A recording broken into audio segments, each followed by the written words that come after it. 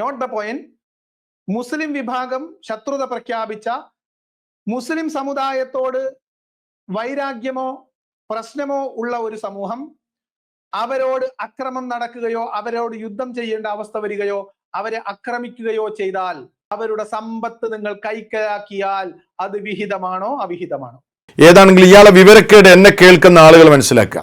നിങ്ങൾ ഈ കാണുന്നത് ഹേഗ് കൺവെൻഷൻ 1907 യുദ്ധവുമായി ബന്ധപ്പെട്ട നിയമങ്ങൾ. ഈ കൺവെൻഷൻ നടന്നത് 1907 യുദ്ധം ചെയ്ത് കഴിഞ്ഞാൽ, രണ്ട് രാജ്യങ്ങൾ തമ്മിൽ യുദ്ധമുണ്ടായി കഴിഞ്ഞാൽ എന്തൊക്കെ എടുക്കാൻ പറ്റൂല എന്ന് കൃത്യമായി ഈ കൺവെൻഷൻ പഠിപ്പിക്കുന്നുണ്ട്. ഇതാ നിങ്ങൾ ഈ കാണുന്നു ആർട്ടിക്കിൾ 53 നമുക്കത് വളരെ കൃത്യമായ നിലക്ക് വായിച്ചെടുക്കാൻ കഴിയും. നിങ്ങൾ ശരിക്കും ശ്രദ്ധിക്കണം.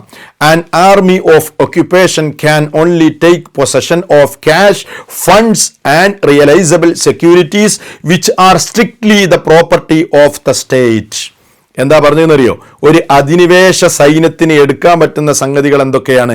ക്യാഷ്, സമ്പത്ത്, അതേപോലെ ഫണ്ടുകൾ എടുക്കാം, ആൻഡ് റിയലൈസബിൾ സെക്യൂരിറ്റി എടുക്കാം, which are strictly the property of the state. ആ സ്റ്റേറ്റിന്റെ വളരെ കർശനമായ സ്വത്തിൽപ്പെട്ട ഈ സമ്പത്തും അതേപോലെ തന്നെ ഫണ്ടും സെക്യൂരിറ്റി എടുക്കാന്ന് മാത്രമല്ല, ഡിപ്പോട്ട്സ് ഓഫ് ആംസ്, അതായത് ആയുധങ്ങൾ എടുക്കാം, മീൻസ് ഓഫ് ട്രാൻസ്പോർട്ട്, അതേപോലെ ഗതാഗത മാർഗങ്ങൾ എടുക്കാം, സ്റ്റോഴ്സ് ആൻഡ് സപ്ലൈസ്, അതുപോലെ തന്നെ സ്റ്റോറുകളും സപ്ലൈസും വിതരണങ്ങളും എടുക്കാം, and generally all movable property belonging to the state which may be used for military operations.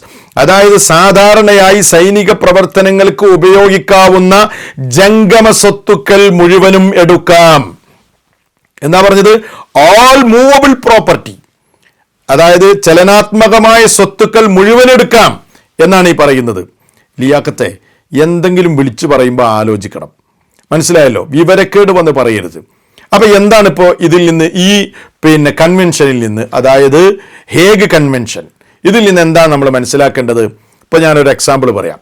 ഇന്ത്യയും പാകിസ്ഥാനും തമ്മിൽ യുദ്ധം നടന്നു എന്ന് വിചാരിക്കുക. ഇന്ത്യ പാകിസ്ഥാനെ ആക്രമിച്ചാൽ എന്തൊക്കെ നമുക്ക് എടുക്കാൻ കഴിയും?